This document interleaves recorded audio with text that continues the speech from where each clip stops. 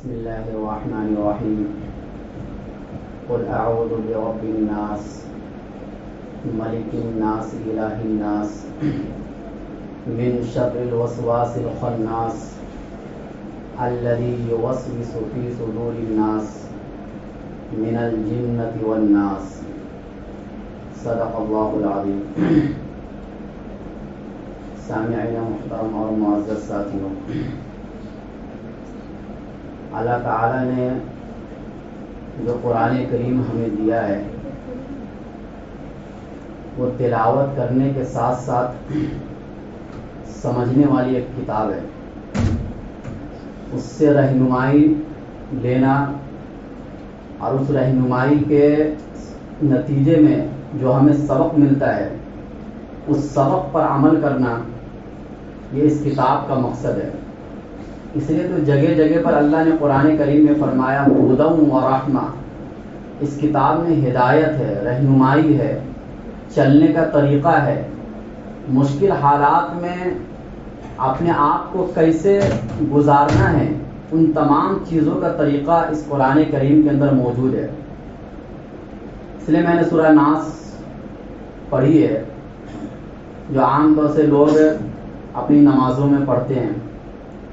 میں نے سوچا کہ وہ 10 سورہ جس کو عام طور سے لوگ نمازوں میں پڑھتے ہیں اس کی کچھ تشریح سامنے آ جائے اور اس سے اللہ ہمیں کیا سبق دینا چاہتا ہے اور ہمیں کیا رہنمائی ملتی ہے ان صورتوں سے، اللہ ہم سے کیا کلام کرنا چاہ رہا ہے، اور کیا ہم ان 10 صورتوں کو جس کو ہم بار بار پڑھتے ہیں اس کے مطابق بھی ہم ہیں یا نہیں ہیں. پورا قرآن تو چھوڑیے، کیا اس میں جو الفاظ آ رہے ہیں ان الفاظ کے مطابق ہم اپنی زندگی گزارتے ہیں یا نہیں گزارتے ہیں. اس چیز کو سمجھنا ہے. ان صورتوں کی کیا فضیلت ہے، اور یہ 2 صورتیں سورہ فلق اور سورہ ناس کیوں اتری ہے تو میں بعد میں بتاؤں گا. اللہ تعالیٰ یہ فرماتے ہیں قل اعوذ برب الناس، آپ کہہ دیجئے کہ میں پناہ مانگتا ہوں لوگوں کے رب کی، ملک الناس لوگوں کے بادشاہ کی، الہ الناس لوگوں کے معبود کی. پہلے ان 3 لفظوں کو ہم سمجھتے ہیں کہ اللہ صرف ان 3 آیتوں میں ہمیں کتنا بڑا بڑا سبق دے رہے ہیں، لیکن ہم ان صورتوں کو پڑھتے ہیں اور غافل ہیں. چنانچہ اللہ نے پہلا لفظ استعمال کیا رب. قل اعوذ برب الناس. سورہ فاتحہ میں بھی ہم پڑھتے ہیں الحمدللہ رب العالمین. تمام تعریف اس اللہ کے لیے جو سارے جہاں کا رب ہے. رب کس کو کہتے ہیں؟ عام طور سے ہم لوگ اپنی زبان میں بولتے جو پالن ہار ہے اسے رب بولتے ہیں، لیکن جب قرآن میں لفظ رب استعمال ہوتا ہے، عربی میں جب لفظ رب استعمال ہوتا ہے اس کا مطلب کچھ اور ہوتا ہے. اس کا مطلب یہ ہوتا ہے کہ رب اس ذات کو کہتے ہیں کہ جو عدم سے وجود بخشے، یعنی ایک چیز نہیں ہے اور اس کو پیدا کر دے. نمبر 1. نمبر 2، پھر اس کو پیدا کرنے کے بعد اس کے باقی رہنے کا سامان مہیا کرے تاکہ اس کا وجود ختم نہ ہو جائے. اور نمبر 3، آہستہ آہستہ اس کو منتہائے کمال تک پہنچانا. یہ 3 باتیں جس میں پائی جائیں گی اس کو رب کہا جائے گا. اس کی وضاحت سن لیجئے کہ ہم اور آپ دنیا میں نہیں تھے لیکن اللہ نے ہمیں پیدا کر کے دکھلا دیا. نمبر 1 وجود، یعنی عدم سے وجود بخشا. ہم نہیں تھے پھر ہمیں پیدا کر دیا. اس کے بعد زندگی میں ہمیں باقی رکھنے کے لیے جن چیزوں کی ضرورت پڑتی ہے اللہ نے ان چیزوں کا انتظام بھی کر دیا. ایسا نہیں کہ آج ہم پیدا ہوئے نہ پینے کو کچھ مل رہا ہے نہ کھانے کو کچھ مل رہا ہے، کل کو ہم مر گئے. اس کو رب نہیں کہا جائے گا. اس کے 60-70 سالہ جو ایک زندگی ہے اس زندگی تک برقرار رکھنے کے لیے اس کے سامان کا انتظام کر کے دے دینا. اور نمبر 3، آہستہ آہستہ اس کو ایک انتہا تک پہنچانا. ایسا نہیں ہے کہ آپ اتنے بڑے پیدا ہو گئے تھے، آپ جب پیدا ہوئے تو بہت چھوٹے تھے نا، پھر چھوٹے سے آہستہ آہستہ آہستہ آہستہ اللہ تعالیٰ جب کسی بھی چیز کو پیدا کرتے ہیں تو اسی انداز میں پیدا کرتے ہیں. چاہے درخت لے لو, چاہے چرند پرند لے لو, چاہے جو بھی جانور لے لو, جو بھی مخلوقات لے لو, سب پہلے چھوٹی ہوتی ہے اور آہستہ آہستہ اس کو اللہ تعالیٰ بڑا کر دیتے ہیں. تو جس ذات میں یہ تینوں بات پائی جائے گی اس کو رب کہا جائے گا. ہمارے خدا نے ہمیں اسی انداز میں پیدا کیا ہے اور ان میں یہ تینوں بات پائی جاتی ہے. اللہ کے علاوہ کی دنیا کی کسی بھی چیز کے اندر یا جن کو ہم خدا یا دوسرے لوگ خدا مانتے ہیں ان میں یہ باتیں نہیں پائی جاتی ہے. جب موسیٰ علیہ السلام سے فرعون نے سوال کیا تھا فمن ربکما یا موسیٰ, اے موسیٰ تمہارا رب کون ہے جس کو تم رب رب رب رب کی رٹ لگا رہے ہو, یہ رب آخر ہے کون؟ تو موسیٰ علیہ السلام نے جواب دیا تھا سورہ طٰہٰ کے اندر کہ ربنا الذی اعطی کل شیء خلقہ ثم ہدی, کہ رب اسے کہتے ہیں کہ جس نے ہر چیز کو وہ بناوٹ عطا کی جو اس کے مناسب تھی اور پھر اس کی رہنمائی کی. مثال کے طور پر اس کا مطلب یہ ہوا کہ اللہ اپنی حکمت اور قدرت سے ہر چیز کو اس کے مناسب بناوٹ عطا کی. ایک انسان کو اللہ نے پیدا کیا, انسان کے خوبصورت بننے کے لیے جو بناوٹ ہو سکتی ہے اللہ نے وہ بناوٹ آپ کو عطا کی. ناک کو اس کی جگہ پر فٹ کیا, آنکھ کو اس کی جگہ پر فٹ کیا, آپ کے ہونٹ سر بنائے, ہر چیز کو جہاں ہونا چاہیے اللہ نے وہاں فٹ کر کے دکھلایا. اور ان چیزوں پر تو اعتراض کرتا ہے کہ ہاتھ یہاں نہیں یہاں ہونا چاہیے, ناک یہاں نہیں یہاں ہونا چاہیے. آج تک آپ کوئی بندہ ایسا نہیں دکھلا پائیں گے کہ جو ان چیزوں پر اعتراض کرتا ہو. خدا کی بنائی ہوئی چیزوں پر آج تک کوئی بھی اعتراض نہیں کیا. اعتراض اللہ کے حکموں پر لوگ کرتے ہیں کہ یہ حکم غلط ہے, یہ قانون غلط ہے, لیکن اللہ کی بنائی ہوئی چیزوں پر لوگ اعتراض نہیں کرتے ہیں. اس کی وجہ یہ ہے کہ اس کا بدل وہ لا نہیں سکتے ہیں. اعتراض کرنے کے لیے آپ کے اندر وہ ملکہ اور صلاحیت ہونا چاہیے کہ آپ اس کا بدل لا کر دکھلا دو, لیکن اس کا بدل کوئی لا کر دکھلا نہیں سکتا ہے. اللہ تعالیٰ نے مچھلی کو پیدا کیا اور اس انداز میں پیدا کیا, ایسی بناوٹ اللہ نے اس کی بنائی کہ وہ سمندر میں رہ سکے, وہ دریا میں رہ سکے. ہم اور آپ نہیں رہ سکتے. اللہ تعالیٰ نے اونٹ کو پیدا کیا اور وہ ریگستانی علاقوں میں زیادہ پایا جاتا ہے. اللہ تعالیٰ نے اونٹ میں ایسی صلاحیت پیدا کر دی کہ ایک مرتبہ اگر وہ پانی پی لے تو ایک ہفتے تک بھی اگر پانی نہ پیے تو اس کو پیاس کی کوئی شدت محسوس نہیں ہوتی ہے, کیونکہ اللہ کو معلوم تھا کہ یہ ریگستانی علاقوں میں زیادہ ہوگا. اسی طریقے سے اللہ نے اس کی گردن کو لمبی بنایا, کیونکہ ریگستانی علاقوں میں جو درخت ہوا کرتے ہیں عام طور سے وہ لمبے لمبے درخت ہوتے ہیں. اللہ تعالیٰ نے اس کی گردن کو لمبا بنا دیا تاکہ اس کے رزق کا انتظام آسانی سے ہو جائے. اللہ نے اس میں ہر چیز کے کھانے کی صلاحیت پیدا کر دی. ایسا نہیں ہے کہ مطلب آپ اس کو من چاہی کھانا کھلائیں گے تبھی کھائے گا, اس کے علاوہ نہیں کھائے گا, نہیں, ہر ایک چیز وہ کھا لیتا ہے. ہاتھی میں غور کر لو, اللہ نے کیا طاقتور مخلوق بنائی اور اس کے بعد اس کی ناک کو اتنا لمبا کر دیا کیونکہ وہ اتنا بھاری بھرکم جانور ہے کہ وہ جلدی بیٹھ نہیں سکتا ہے اور بیٹھ جائے تو جلدی اٹھ نہیں سکتا ہے. اللہ تعالیٰ نے اس کی ناک کو اتنا لمبا کر دیا کہ اس کو کھانے پینے کے لیے زیادہ نہ بیٹھنے کی ضرورت پڑے اور نہ زیادہ اٹھنے کی ضرورت پڑے. اسی طریقے سے آپ شیر کو دیکھ لیجئے, اللہ نے کیا بہادر جانور کو بنایا ہے اور اس کا کام تھا چیر پھاڑ کر کھانا اور اسی طریقے سے شکار کر کے کھانا.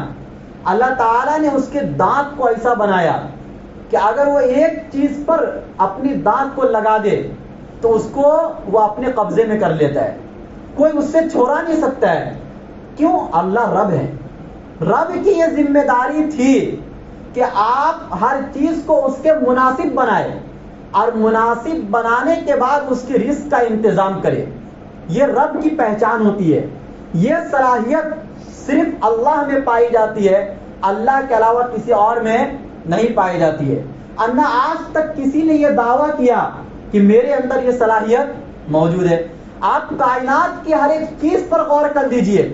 دیکھو مرغی کا بچہ پیدا ہوتے ہی چونچ مارنا شروع کر دیتا ہے. آخر اس کو کس نے یہ بات سکھلائی کہ تمہارا رزق چونچ مارنے میں ہے؟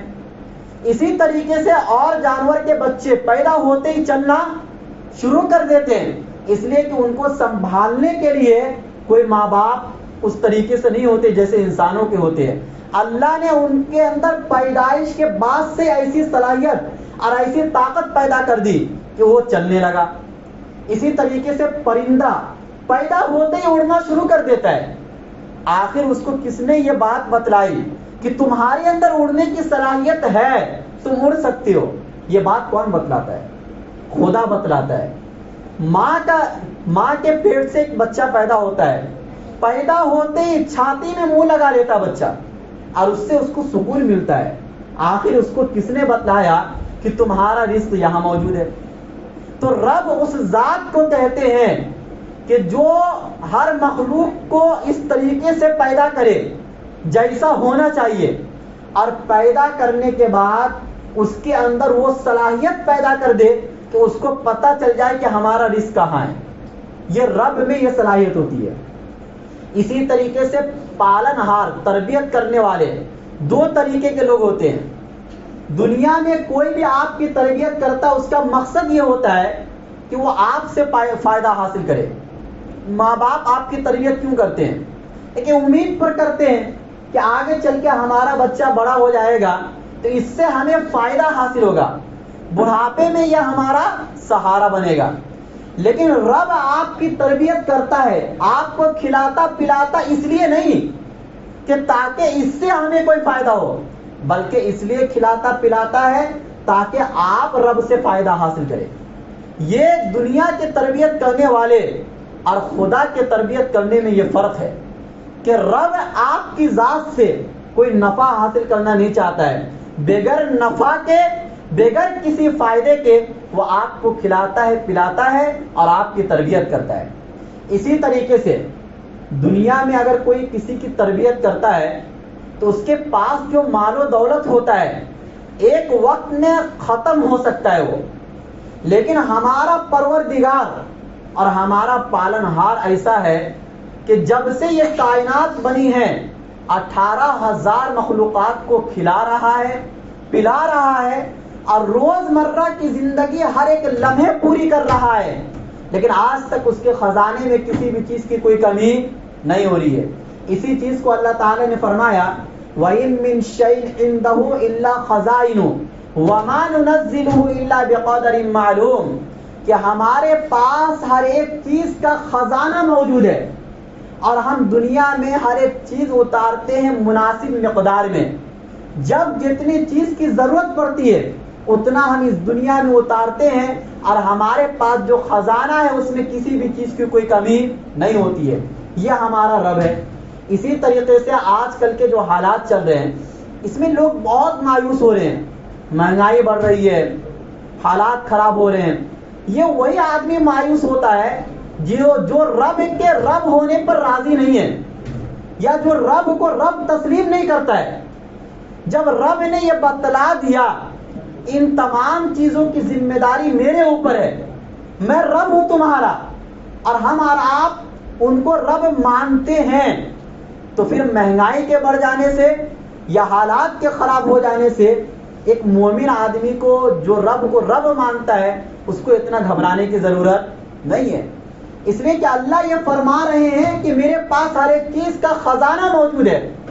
جن چیزوں کو تم مہنگی دیکھ رہے ہو وہ بھی تو میں ہی دے رہا ہوں دنیا کے اندر، لہذا تم مجھ سے رجوع کرو اور مجھ کو رب مانو، اور رب ماننے کے جو تقاضے ہیں ان تقاضوں کو پورا کرو. یہ جو مہنگی چیزیں ہیں ان تمام چیزوں کو میں سستا کر کے دکھلا دوں گا. یہ سب پاور اللہ تعالیٰ کے ہاتھ میں ہے، لیکن ہم اور آپ ہیں کہ ہم کسی اور چیز کو سہارا بنا رہے ہیں، ہم کسی اور چیز کو رب مان رہے ہیں. جن کو رب ماننا چاہیے ان کو اب رب نہیں مانتے ہیں. انسان کے علاوہ دنیا میں جتنی بھی مخلوقات ہیں وہ سب کے سب رب کو رب تسلیم کر رہی ہے. اس لیے نہ ان کو مہنگائی سے کوئی لینا دینا ہے اور نہ سستا ہونے سے کوئی لینا دینا ہے. اس لیے آج کل دیکھو جانور کوئی بھوکا رہتا ہے؟ نہ کوئی بلی بھوکی ہے، نہ کوئی کتا بھوکا ہے، نہ کوئی اور جانور بھوکا ہے، نہ کوئی پرندہ بھوکا ہے. سب کو اس کے وقت پر رزق مل رہا ہے. کیوں مل رہا ہے؟ اس لیے کہ وہ رب کو رب تسلیم کرتے ہیں. ہم ہیں کہ جو آج کل کے ماحول میں اتنے گھبرا چکے ہیں، اتنے مایوس ہو چکے ہیں کہ رب کو بھی رب ماننے پر ہم راضی نہیں ہیں. اللہ کے نبی نے ایک حدیث میں فرمایا کہ ذاق طعم الایمان من رضی باللہ ربا وبالاسلام دینا وبمحمد رسولا، کہ ایمان کا مزہ چکھے گا وہ شخص، ایمان کا ذائقہ چکھے گا وہ شخص، ایمان پر عمل کرنے میں مزہ آئے گا اس شخص کو جو رب کے یعنی اللہ کے رب ہونے پر راضی ہو گیا، جو اسلام کو دین ماننے پر راضی ہو گیا، اور جو محمد صلی اللہ علیہ وسلم کو رسول ماننے پر راضی ہو گیا. جس میں یہ تین بات پائی جائے گی وہ ایمان کا ذائقہ چکھے گا، وہ اس کو ایمان کی لذت ملے گی. آج کل ہمیں اور آپ کو ایمان کی لذت نہیں مل رہی ہے. ایمان میں مزہ نہیں آ رہا ہے، اولاد میں مزہ آ رہا ہے، دنیا کے عیش اور موج مستی میں مزہ آ رہا ہے، مال میں مزہ آ رہا ہے، حرام کاری میں مزہ آ رہا ہے، گناہوں میں مزہ آ رہا ہے. کیوں مزہ آ رہا ہے؟ اس لیے کہ ہم نے اللہ کو رب نہیں مانا. رب کی جو ہم نے تشریح کی ہے اس طریقے سے ہم اور آپ اللہ کو رب ماننے کو تسلیم نہیں کر رہے ہیں. اس لیے ضرورت اس بات کی ہے کہ حالات کیسے بھی آئے، مہنگائی کتنی بھی ہو، اللہ کے پاس ہر ایک چیز کا خزانہ موجود ہے. اتنے مشکل حالات میں بھی اللہ نے آپ کو کھلایا ہے، پلایا ہے. جب آپ بول نہیں سکتے ہیں، جب آپ کوئی چیز مانگ نہیں سکتے ہیں، اللہ نے آپ کی تربیت کر کے دکھلایا ہے. جب آپ صرف دودھ پیتے تھے، صرف دودھ، اس وقت میں آپ کے دودھ کا انتظام اللہ نے کر کے دکھلایا ہے. تو جو اللہ آپ کے مانگے بغیر آپ کو دیتا ہے، تو کیا آپ جب اس عمر میں پہنچ گئے جبکہ آپ اللہ سے مانگ سکتے ہیں، رب سے مانگ سکتے ہیں، تو اس حالت میں آپ کو اللہ کیوں نہیں دے گا؟ اس لیے ضرورت اس بات کی ہے کہ ہم رب کو رب تسلیم کریں، اللہ کو ہم رب مانیں. اللہ تعالیٰ پورے قرآن کریم میں لفظ اللہ کے بعد سب سے زیادہ لفظ رب کا استعمال کیا ہے، یہ بتلانے کے لیے کہ دیکھو تمہاری تربیت کرنے والا میں ہوں، تم ہمارے کنٹرول میں ہو، تم ہمارے قبضے میں ہو، لہذا تم ہمیں سب کچھ مانو، تم ہمارے محتاج بن کر رہو. دنیا میں ہم تمہیں کسی کا محتاج بننے نہیں دیں گے، اور اگر ہم کسی اور کے محتاج بن جائیں گے تو اللہ تعالیٰ ہر ایک کا محتاج آپ کو بنا دے گا، اور ہر جگہ آپ مارے مارے پھرو گے، کوئی آپ کی بات سننے کو تیار نہیں ہوگا. اس لیے آپ اس خدا کی بات مانیے، اس رب کی بات مانیے کہ جس کے ہاتھ میں تمام لوگوں کے دل ہیں. کب کس کے دل کو پلٹ دے یہ ہم اور آپ نہیں جانتے ہیں، یہ خدا کے ہاتھ میں. آپ نے دیکھا دوسرا لفظ آتا ہے ملک الناس، لوگوں کا بادشاہ. ہمارا بادشاہ کسی اور کو ہی مان رہے ہیں. وہ ایسا بادشاہ ہے کہ اللہ فرماتے ہیں قل اللہم مالک الملک تؤتی الملک من تشاء وتنزع الملک ممن تشاء وتعز من تشاء وتذل من تشاء. کہ دنیا میں کوئی بادشاہ بنتا ہے، کوئی حکومت کا مالک بنتا ہے، تو یا تو ووٹ کے ذریعے سے بنتا ہے، یا تو عوام کی طاقت کے ذریعے سے بنتا ہے، یا یہ کہ وراثت میں اس کو مل جاتی ہے بادشاہت، اس کی بنیاد پر وہ بادشاہ بنتا ہے. لیکن ہم اور آپ جس کو خدا مانتے ہیں وہ ایسا بادشاہ ہے جو کسی کے بنانے سے بادشاہ نہیں بنا ہے، جو کسی کے ووٹ سے جو عوامی طاقت کے ذریعے سے بادشاہ نہیں بنا ہے. وہ ایسا بادشاہ ہے جو دوسروں کو بادشاہت عطا کرتا ہے. وہ ایسا بادشاہ ہے، وہ جب چاہے جس سے چاہے حکومت چھین لے اور جس کو چاہے حکومت دے دے. اس آیت پر ہمارا اور آپ کا ایمان نہیں ہے.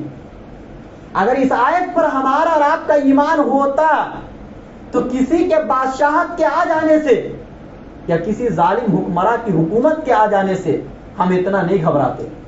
ہم فوراً قرآن کی طرف رجوع کرتے، قرآن میں غور و فکر کرتے، علماء سے اپنا تعلق مضبوط کرتے، اور ہم ان سے آ کر پوچھتے کہ ایسے حالات میں قرآن سے ہمیں کیا سبق ملتا ہے. ہم اور آپ دنیا کے حالات کو میڈیا کے حساب سے سمجھتے ہیں، یا لوگوں کے بتائے ہوئے حالات کے اعتبار سے دنیا کو ہم سمجھتے ہیں. آپ دنیا کے حالات کو اس طریقے سے سمجھیے جس طریقے سے اللہ اور اس کے رسول آپ کو سمجھانا چاہتے ہیں. تو آپ مایوس کسی بھی لمحے میں نہیں ہوں گے. آپ کے اندر امید کی کرن جاگے گی. آپ ہر لمحہ اپنے آپ کو فٹ محسوس کریں گے, اپنے آپ کو ایک طاقتور شخص محسوس کریں گے. حالات کتنی بھی اندھیرا ہو جائے, کتنی بھی تاریکی آ جائے, آپ کو چاروں طرف روشنی محسوس ہوگی. یہ کب ہوگا؟ جب آپ قرآن کریم میں غور و فکر کریں گے, آپ قرآن کریم سے اپنی رہنمائی کو نکالیں گے. آپ حالات کو قرآن اور حدیث کے اعتبار سے سمجھیں گے.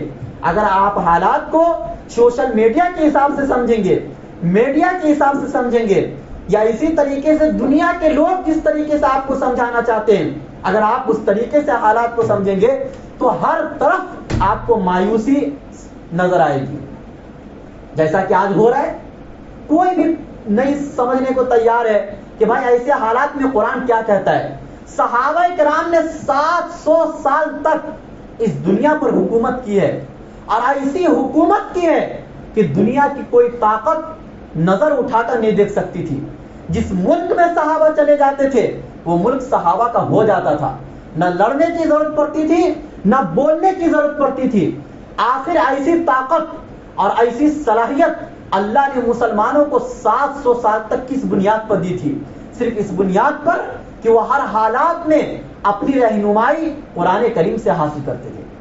جب فتنے آتے تھے, جب حالات بے قابو ہو جاتے تھے, فوراً قرآن سے سوال کرتے تھے کہ قرآن تو بتا کہ ایسے حالات میں میرے مشکلات کو کیسے دور کیا جائے, میں کیا کروں ایسے حالات میں. جب اللہ نے کہہ دیا, بار بار آپ سے قرآن کہتا ہے ھدی للمتقین, یہ قرآن کریم تقوی اختیار کرنے والوں کے لیے, مومنین کے لیے, بلکہ تمام لوگوں کے لیے رہنمائی کا ذریعہ ہے. رہنمائی صرف اس معنی کر کے قرآن نہیں ہے کہ صرف آپ کو آخرت کا راستہ بتلائے گا, صرف آپ کو جنت کا راستہ بتلائے گا. نہیں, قرآن اس لیے آیا ہے کہ جنت کا راستہ تو بتلائے گا ہی, قرآن آپ کو دنیا میں چلنے کا طریقہ بھی بتلائے گا. قرآن آپ کو یہ بھی بتلائے گا کہ آپ اتنے گرتے کیوں چلے جا رہے ہیں, اس کے اسباب کیا ہیں, آپ قرآن سے تلاش کیجیے. تو ملک الناس ہم ہر نماز میں پڑھتے ہیں, لوگوں کا بادشاہ, تمام لوگوں کا بادشاہ, لیکن بادشاہ کسی اور کو ہم تسلیم کر رہے ہیں. رب کو, اللہ کو ہم بادشاہ تسلیم نہیں کر رہے ہیں. ویسا بادشاہ تولج اللیل فی النہار, جو رات کو دن میں داخل کر دیتا ہے, دن کو رات میں داخل کر دیتا ہے. وہ ایسا بادشاہ جو مردے سے زندہ کو پیدا کر دیتا ہے, جو زندے سے مردے کو نکال کر دکھلا دیتا ہے, جو آپ کو بلا حساب و کتاب رزق دیتا ہے. ایسے بادشاہ کو ہم بادشاہ ماننے کو تیار نہیں ہے. دیکھو, حالات کو پھیرنا, حالات کو بدلنا یہ اللہ تعالیٰ کے ہاتھ میں ہے. وہ ایسا بادشاہ ہے جو 2 دن میں بھی حالات کو بدل دیتا ہے. ابھی آپ نے ایک بازو والے ملک سری لنکا کے حالات کو آپ نے دیکھا, کس طریقے سے اللہ نے حالات کو بدلا, کیسے بھوکمری کے لوگ شکار ہوئے, اور کس طریقے سے کھانے پینے کو لوگوں کو نہیں ملا, راستے پر آ گئے, سڑک پر آ گئے, اور 2 دن کے اندر اللہ نے پورے ملک کے حالات کو بدل ڈالا. اللہ جب بدلنے پر آتے ہیں تو 2 منٹ میں کرسی سے نیچے اتار کر دکھلا دیتے ہیں, یہ اللہ کے ہاتھ میں. لمن الملک اليوم, اللہ قیامت کے دن اعلان کریں گے آج کس کی حکومت ہے. وہ ایسا بادشاہ ہے جب سب مرے پڑے ہوں گے تب بھی ان کی بادشاہت ہوگی, تب بھی وہ بادشاہ ہیں, اور جب ہم عرب پیدا نہیں ہوئے تھے تب بھی وہ بادشاہ تھے. تو اس لیے ہمیں اور آپ کو قرآن کریم کی اس آیت پر قل اعوذ برب الناس, نمبر 1 ہم ان کو رب تسلیم کریں, ہر جگہ اور ہر ایک چیز میں ہم ان کو رب مانیں. اور رب کس کو کہتے ہیں وہ ہم نے آپ کو بتلا دیا, جو پالنہار ہے, جو آپ کی تربیت کرنے والا ہے. جب چیز مہنگی ہو جاتی ہے اس کو سستا کرنے والا, اور جب سستا ہو جائے تو اس کو مہنگا کرنے والا صرف وہی ایک ذات ہے. اور ملک الناس, لوگوں کا بادشاہ, پوری دنیا کا بادشاہ, ہم ان کو بادشاہ مانیں. جب آپ کسی اور کو بادشاہ مانیں گے تو اللہ تعالیٰ بھی یہی کہیں گے نا کہ جاؤ, جو تمہارا بادشاہ آپ ان کے سامنے اپنے مطالبات کو رکھو, میرے سامنے کیوں روتے ہو, میرے سامنے کیوں تم اپنے مطالبات کو رکھ رہے ہو. جن کو تم بادشاہ تسلیم کرتے ہو ان کے سامنے جا کر مانگو اپنے رزق کو. مہنگائی ہو رہی ہے آپ ان کے سامنے مطالبہ کرو, میرے سامنے مطالبہ نہ کرو. لیکن جو اللہ کو بادشاہ مانے گا وہ تو رب کے سامنے روئے گا. اور اللہ ان مشکل حالات میں بھی ایسے ایسے بندے آپ کو مل جائیں گے اللہ والے کہ اتنے خطرناک حالات میں بھی اتنی پرسکون زندگی وہ گزار رہے ہیں کہ ہم اور آپ ان کی زندگی کا اندازہ نہیں لگا سکتے. ان مشکل حالات میں بھی ان کے پاس ایسی جگہ سے رزق آ رہا ہے جہاں سے وہ گمان بھی نہیں کر سکتے. یہ تو خود اللہ نے قرآن میں کہا کہ وَيَرْزُقُهُم مِّنْ حَيْثُ لَا يَحْتَسِبُ. اگر تم ان کو بادشاہ تسلیم کر لو گے, اگر تم ان کے سامنے ڈر والی زندگی گزارو گے تو اللہ آپ کو ایسی جگہ سے رزق دے گا کہ جہاں سے ہم اور آپ گمان بھی نہیں کر سکتے. ہمارا ایمان بگڑ گیا ہے. آج کسی بھی مسلمان کی زبان سے آپ یہ نہیں دکھلا سکتے ہو کہ وہ یہ کہے کہ حالات بہت اچھے ہیں.